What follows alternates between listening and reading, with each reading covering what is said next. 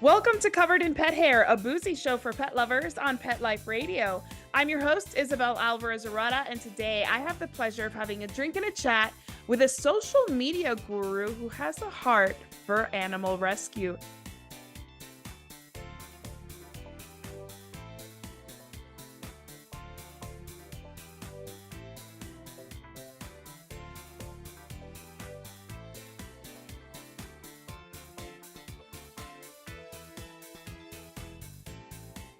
Welcome back to Covered in Pet Hair. I'm your host, Isabel Alvarez Arata, and today I have the pleasure of having a drink and a chat with a pet parent, an entrepreneur. She is a vet front office admin. She's a coffee lover, a tea drinker, a geek, she says. She's a world traveler that used to travel as a certified judge for Magic: The Gathering. She's from Albany, Georgia. She is wife to a former rapper known as King David, who, by the way, does not use social media, which you'll find ironic as we go through this show. She is mom to a bunny rabbit named Prince Houdini Bunny Rabbit Rockwood. She is Skarlet Rockwood, and she is the force behind at Rescue Rabbit Life and her own marketing firm. I am so excited to welcome you, Skarlet. Welcome to the show. Hey, it's so great to be here. Thank you for having me. It is my pleasure. I love that you and I met at the NAPS conference. We both hit it off. We were both cheering each other on during our presentations. I think that you have such a gift for social media, which is why, you're here today to teach us, help us. But before we get into all that, I want to introduce our drinking game. So anybody participating in our drinking game today, anytime you hear this word, take a drink of whatever you're enjoying. Could be non-alcoholic, alcoholic, whatever it is. But if you are drinking, please never drink and drive, and always drink responsibly. Wherever it is you're joining us from, make sure you're of age. I'm not trying to influence minors to be drinking, all right? Don't put that on me. So what are you joining us with today, Skarlet? I have a coffee that my husband would say it's laughable to call coffee because it's out of 16 ounces, about 4 of it is French vanilla creamer. I love when I have coffee drinkers on the show because I like to ask you what it is you put in your coffee. So what's your recipe? That's it. I use specifically a French vanilla flavored coffee, and then just whatever your favorite brand of creamer is, just French vanilla creamer, but an obscene amount. Obscene amount of French vanilla creamer, and it's just like drip coffee, American coffee, as I would call it. Yeah, it's probably a Colombian or something like that, but I just I have a couple of brands I really like. I think it's called Magnolia Vanilla or something like that from goodness, now I'm blanking on the brand, but it's Grounds and Hounds. Madagascar Vanilla is the flavor I like from them, but in a pinch, if you don't want to wait on shipping, or if you're on a budget, like Walmart's great value French vanilla coffee is also good. Ooh, that's good to know. I do love coffee, and I have not had my coffee yet today. I've been struggling with a sore throat, so I had tea. And honestly, as much as I like tea, it doesn't hit the same as coffee. It just doesn't, for me, at least. Tea is the reading, not the energy drink. Exactly. Tea is the wind down at the end of the day for me. Today, I'm actually going to be teaching a yoga class this evening, so I had to keep it non-alcoholic. And so I went with something kind of local. This is a Mexican canned juice called Humex, and it's strawberry nectar, and it's delicious. So cheers. Thank you so much for being on the show. Thank you. No, I'm so excited for us to get back together and chat about something that we both use in our day-to-day life. You and I both help pet businesses put themselves out there on social media, online. And I want to get to know you and how you view social media and the internet. But first, I want us to play a game so that we can all talk about social media with specifics. So this is called Social Stats, and it's a true and false game where I'm going to give you some stats I found on socialsprout.com about social media usage both in the US and abroad. Are you ready to play? Yeah, sounds great. Okay, so you may not know the exact details of this. This is very specific statistics as far as usage, but they are 2024 related. So even if we don't know the answers, at least we'll learn. I think it's pretty impressive what social media has accomplished in a very short time, really, if you think about it. So our first question is, in 2024, there are estimated to be 5.17 billion total social media users worldwide. True or false? I'm going to say true. That sounds about right. That is true. The average person uses 4.7 different social networks per month. True or false? I'm going to say true, but it actually sounds low. Ah, smart girl. It is actually 6.7. And I was like 6.7. So I was trying to think what qualifies. And from my understanding, from 6.7 could be Facebook, YouTube, Instagram, WhatsApp, TikTok, Snapchat, Telegram, Pinterest, Reddit, Skype. Those are just a few of the ones that could be in that 6.7. So you're right. 4.7 is just too low when you add. They're a little liberal with what I consider a social media network, because like Reddit is more like a traditional forum, and WhatsApp and Skype are really more chat networks than social media. So that skews it a little high. And that's the thing. I never thought of WhatsApp as a social media network either. Telegram, I'm surprised, has 500 million users, and I'm surprised Skype is still being used, considering we have FaceTime and things like that now. But obviously, that's a global usage. So, okay, next one. The amount of time internet users spend on social media is about 143 minutes per day. All right, let me do simple math in my brain, which is impossible. A little over 2 hours. At least, yeah. That is true. All right, next one. TikTok is the fastest growing platform with a staggering 100% user growth rate between 2020 and 2022. And between quarter 3 2022 and quarter 3 2023, TikTok's monthly active users grew 13%. Do those sound about right to you? I mean, the very first statement of it being the fastest growing is definitely true. And it's also the easiest to get the most reach on because they're completely indiscriminate with who they show your content to. All right. So yeah, it is true. It's grown so fast. 100% growth between 2020 and 2022. The 100% growth. That's crazy.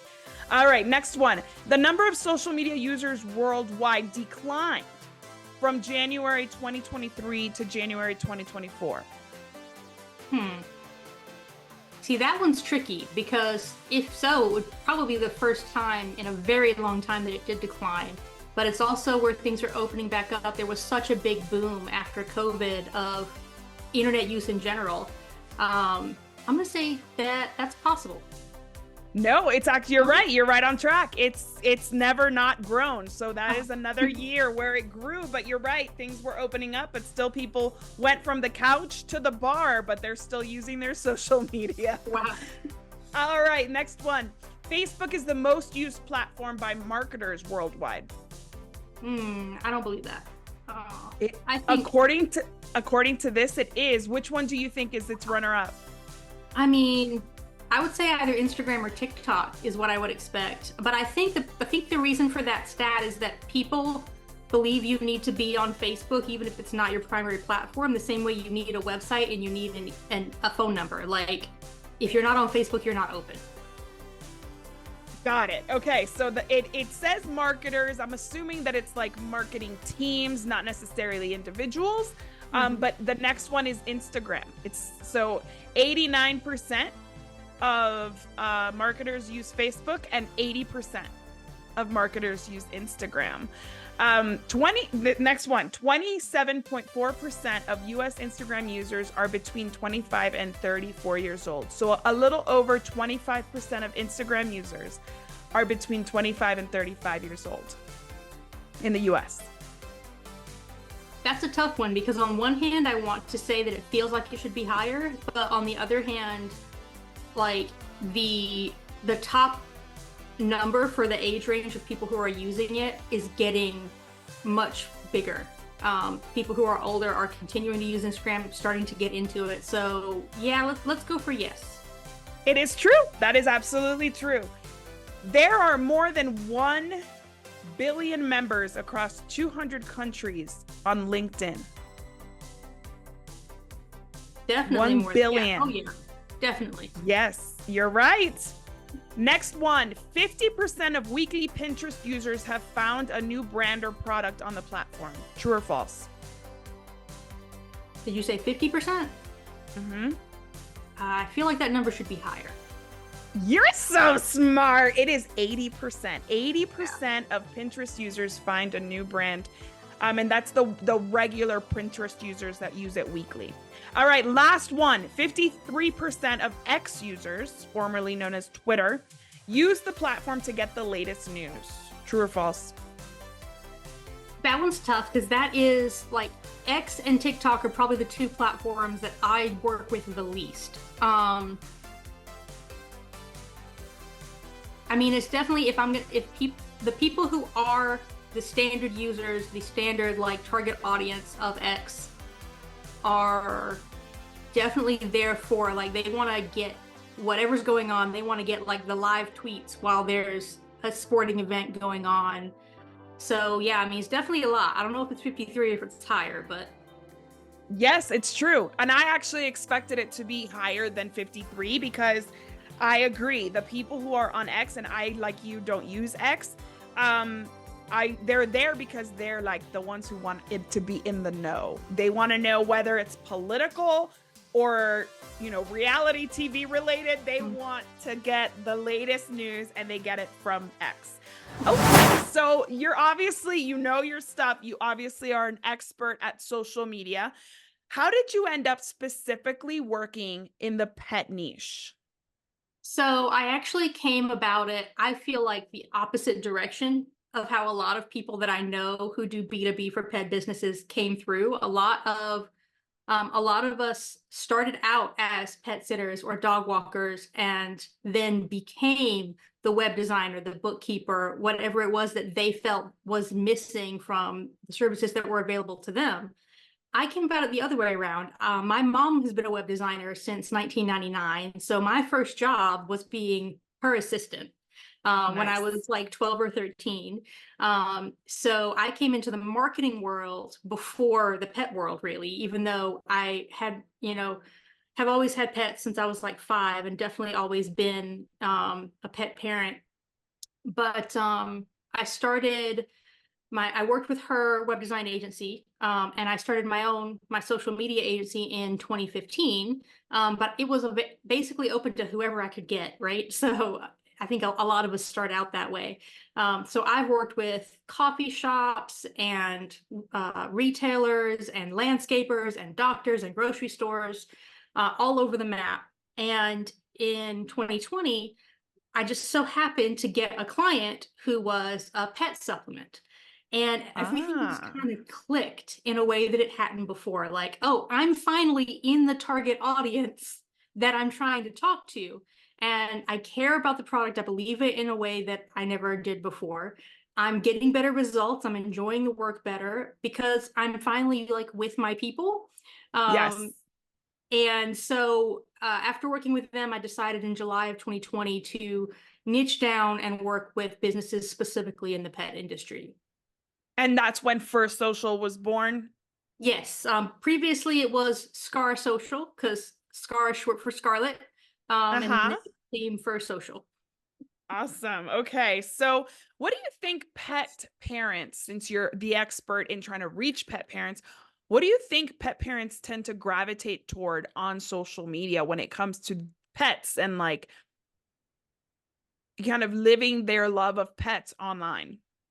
So the answer to that is that it depends on which pet parent, because everybody's going to gravitate towards something different, and every business is going to have a different target audience that have different cares and different priorities. So one pet parent may gravitate towards the organic, sustainable dog treats, whereas one pet parent may gravitate towards the gluten-free, allergen-free dog treats. or, they all have different needs and different priorities. So knowing who your ideal pet parent is the first step.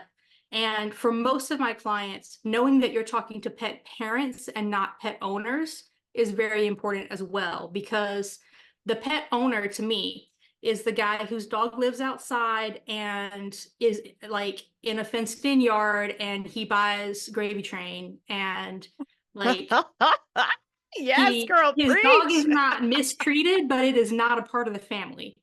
So versus a pet parent who, like, my dog is my baby and I'm going to get them a pup cup every time I go to Starbucks, and whatever the specific priorities for that pet parent are.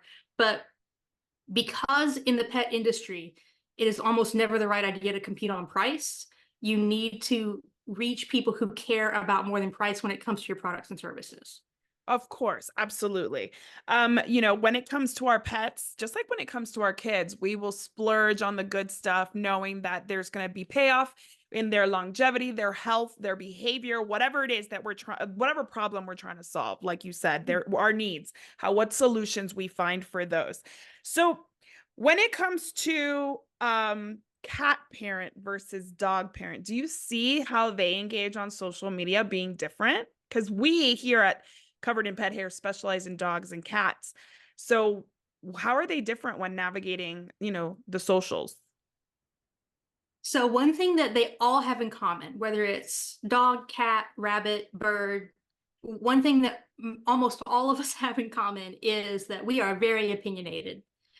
And the more we are in line with that, caring more, being willing to pay more, wanting quality, the more opinionated we are about what quality means. So that's a way that we're all alike. But ways that we're different is, we all have different priorities in terms of what made us gravitate towards that type of pet in the first place. So I find that dog parents are usually, how can I put this? On a scale of my pet is my best friend and my pet tolerates my existence, dogs are over here, cats are somewhere in the middle, rabbits are way over here. Okay. And that is a very loving set as a rabbit mom thing. I find there's a very interesting, like, emotional connection that you have with each type of pet. Yes. And dogs, even just in my own personal experience, like, my dog is my buddy, my dog is my best friend. When I've had dogs, we go to the park together, we go out to eat together. When I've had cats, my cat is my reading buddy. My cat is, the one that I want to cuddle when I'm sad. My cat is the one that probably thinks they're better than me, and I'm okay with that. Yeah. And my rabbit, if you're gonna love a rabbit, you have to be willing to believe that they love you back, even when they're being very bratty. Rabbits are not the right pet for somebody who, like, is very attached to how cuddly and happy to see your pet is. You need to be someone who is, like, very in tune with the most subtle ways of communicating with your pets.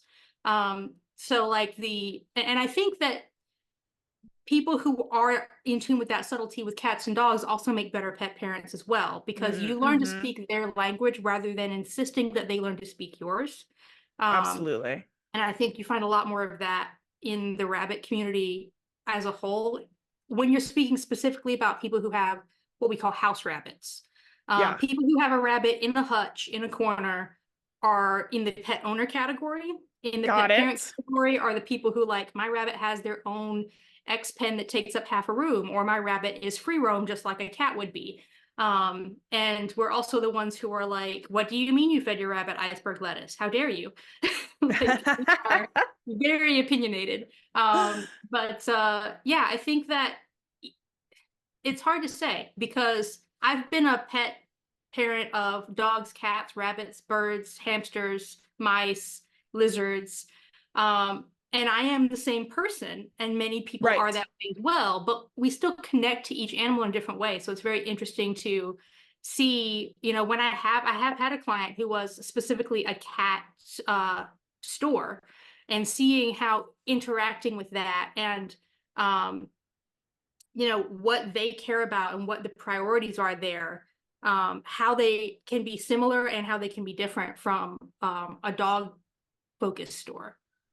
Absolutely. Yeah, absolutely. I agree. I think pet parents are all looking for either entertainment, education, or solutions on social media, but what they share, what they interact with is very different. Like I tend to perpetuate those like cats hate humans like jokes on social media, even though I don't believe that at all. Like I Mhm. know that I think cats are make amazing pets. I think they give you, like you said, a ton of love, especially those cats that are like emotional support animals where they know exactly when you need them and they come purring on your lap.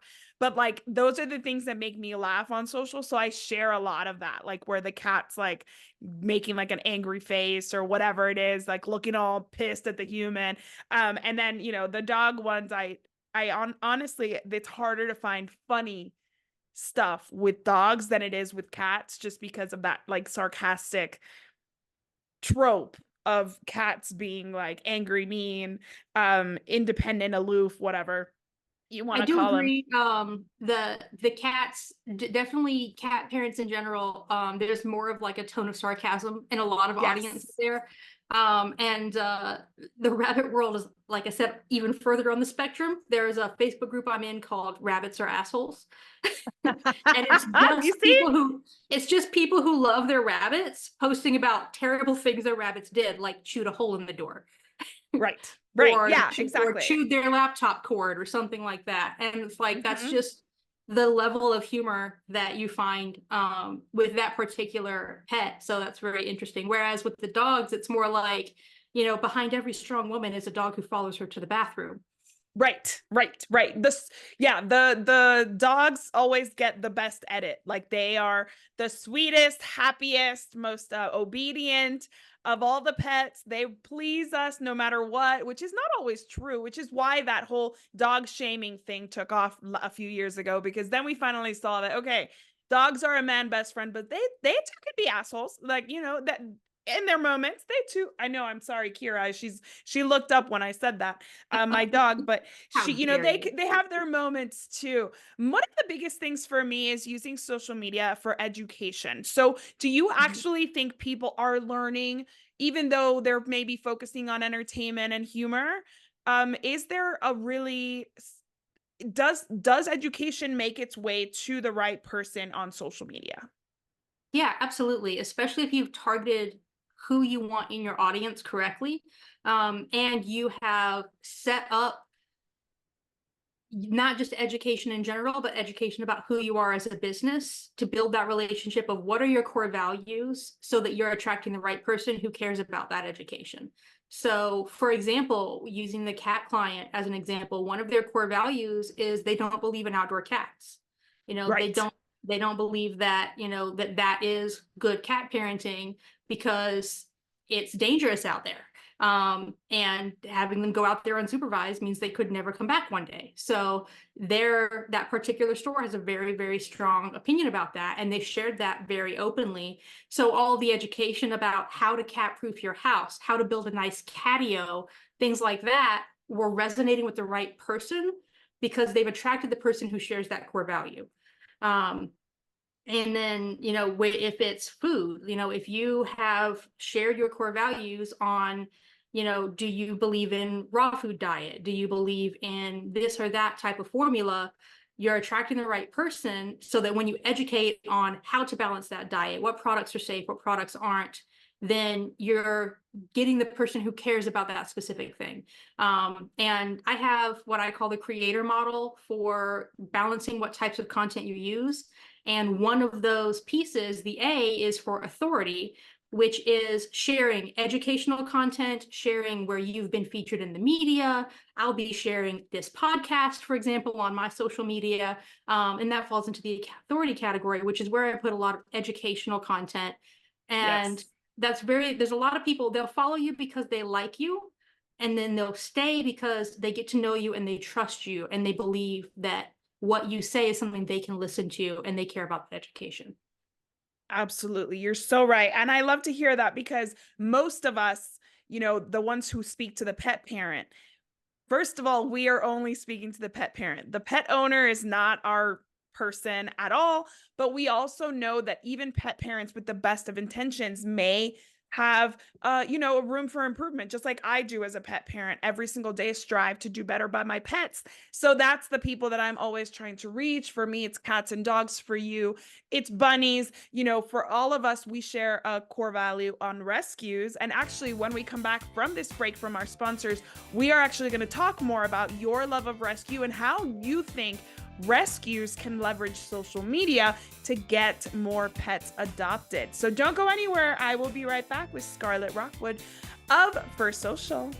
Welcome back to Covered in Pet Hair. I'm your host, Isabel Alvarez Arata, and today I have the pleasure of having a drink and a chat with Skarlet Rockwood, who is the founder of Fur Social. She is a social media guru that helps businesses get their name and core values and products out to the public using social media. And she has a heart for rescue, and she believes that rescues can leverage social media to get more pets adopted, to maybe increase donations, et cetera, et cetera. So Skarlet, if you are game, I would like to put you on the spot.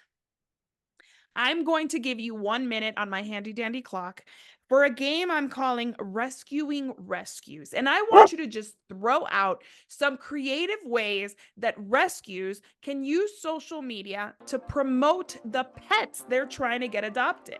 Do you think you're cool with doing that for us today? Oh, I don't think I can stick to 1 minute, but I'll give it a try. That's what I like to hear. All right, 3, 2, 1, go.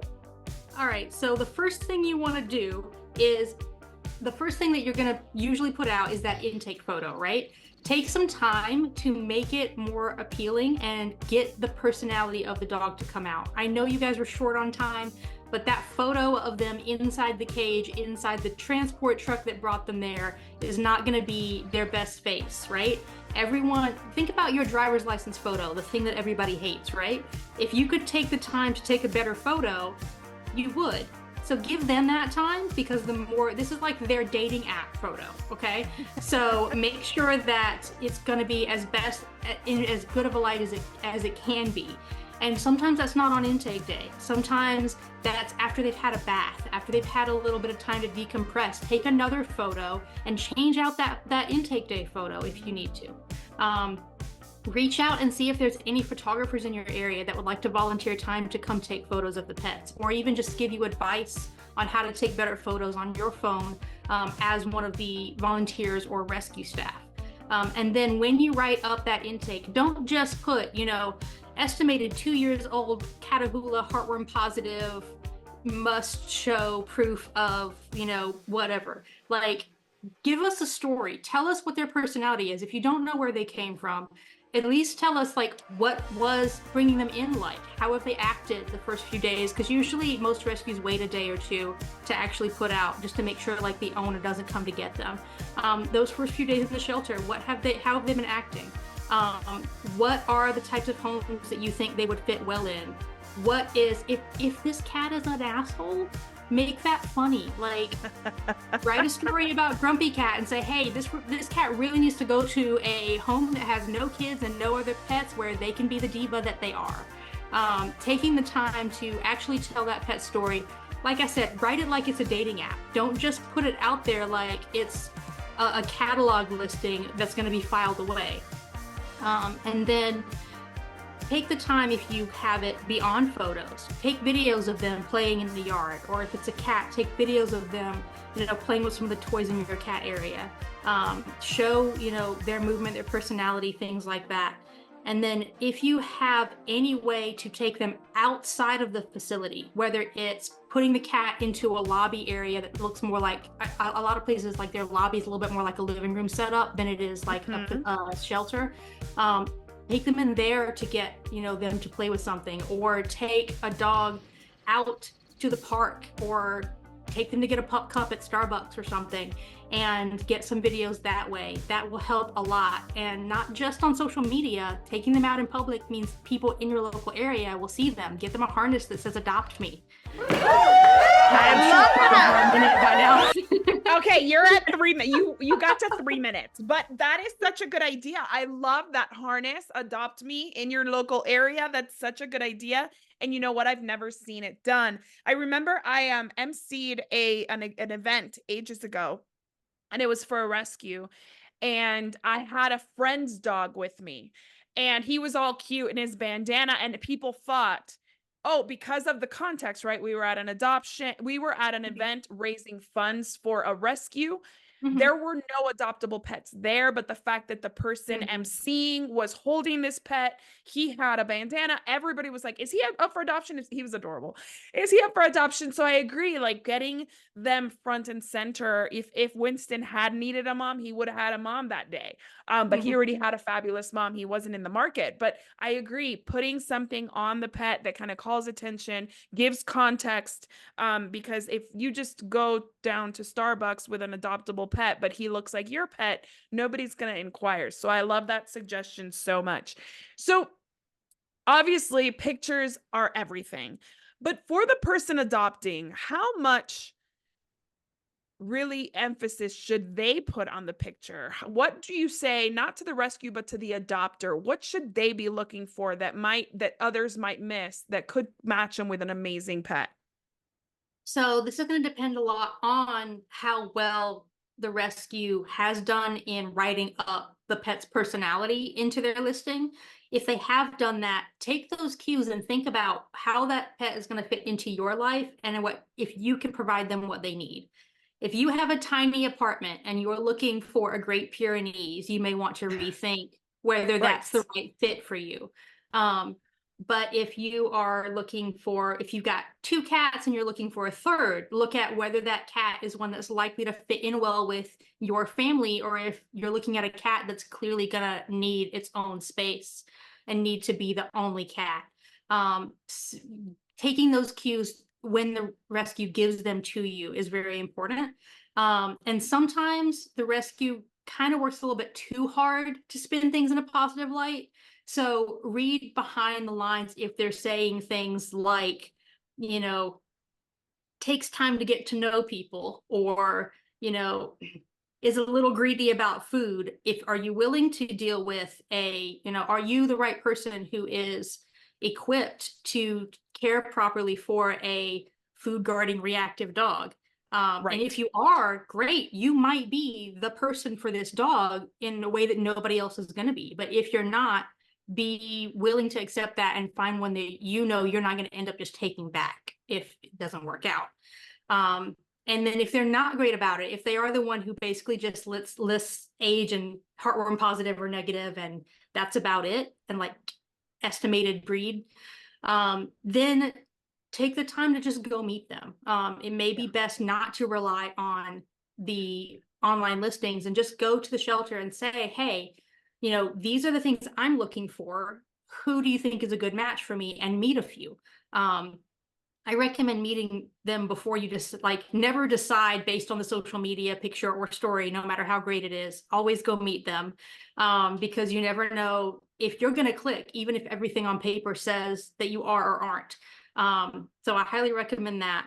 And then there's a lot of places. This is actually how I got started working with my local shelter, that do doggy dates. And the intention there is you take the dog out for the day, you go wherever you want to go, home, the park, Starbucks, the pet store, and just see what it's like to spend time with them. It gives you more than 5 minutes together. You can spend a few hours, or some places even let you do the dates for a few days to see how well of a fit you are. And then you can bring them back and decide whether this dog is for you or not.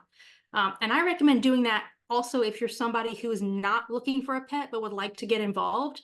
Like for me, Houdini is an only bunny, and he's made that very clear. He does not want any siblings. So my way of being able to get involved with helping dogs get adopted, since I can't foster, is doing those doggy dates. Even though I have no intention of adopting the dog myself, Right. I get them out, I get them into the local area. I, get eyeballs on them. And we do have that harness, that yellow harness that says adopt me, and the lead says the same thing. And that is something where, at least one of the pets I've taken out was adopted like that same day by someone that I met in town. And for those that don't necessarily meet that person that day, you want to take lots of pictures while you're out, take lots of videos and post them on social media, provide them to the rescue so that they can post them. Yes. And that way, a lot of rescues, like I said, don't have the time to get those good photos, those good videos, or to take them out of the shelter themselves. You can provide that as a volunteer by taking them out and getting them in an environment where they're going to show their personality better, where people are going to be able to, see them in a different light. And you can subconsciously get them out of that shelter space and picture them in your backyard because you see them running in the park. Yeah, that's perfect. So yeah, that's definitely what I would recommend doing, whether you are looking to adopt the dog or you are just looking to help as someone who can't adopt right now. Yes. And actually, speaking of people who cannot help right now, but want to do something specifically online, what can somebody who's just scrolling in the evening do to help their local shelter? Is it sharing? Is it commenting? Is it all of the above? Tell us how we can help. Yeah, sharing is caring. If you have an audience that is local to that pet, then share with your audience, share with your friends, hey, do I know anybody who needs, a cat or a dog or whatever the post is. And then also commenting also helps. Because the more you comment on their posts, not only are you going to see more of them so you can share more of them, but other people are going to see more of them. That social media engagement that we work so hard to get for businesses is just as valuable for rescues, because the more engagement they get, the more other people are going to see it. Exactly. So yeah, the more you can engage with that content, like, share, comment, then that is going to help more people see that adoptable pet. That is perfect. Okay, so and if anybody's listening online and wants to engage your services, how would they go about doing that? So you can find me pretty much everywhere online at Skarlet Rockwood. If I have a social media page, that's what it's under on that channel. And then my website is skarletrockwood.com. Awesome. Well, I just want to propose a toast to you for sharing your knowledge with us. I've so enjoyed our conversation. I do think we all have a place where we can support local rescue and local businesses by just engaging with them online. So here's to you. Thank you for being my guest. Thank you for having me. I also want to propose a toast to my executive producer, Mark Winter. Thank you, Mark. And to our audience for joining us for these awesome conversations. Whether you're a pet pro or a pet parent or a hopeful pet parent, I hope you found this very, very helpful as well as entertaining. Here's to a life covered in pet hair, because there's no better way to live. Cheers! To learn more about Covered in Pet Hair, please visit coveredinpethair.com or petliferadio.com. Thanks for watching, and I'll see you next time.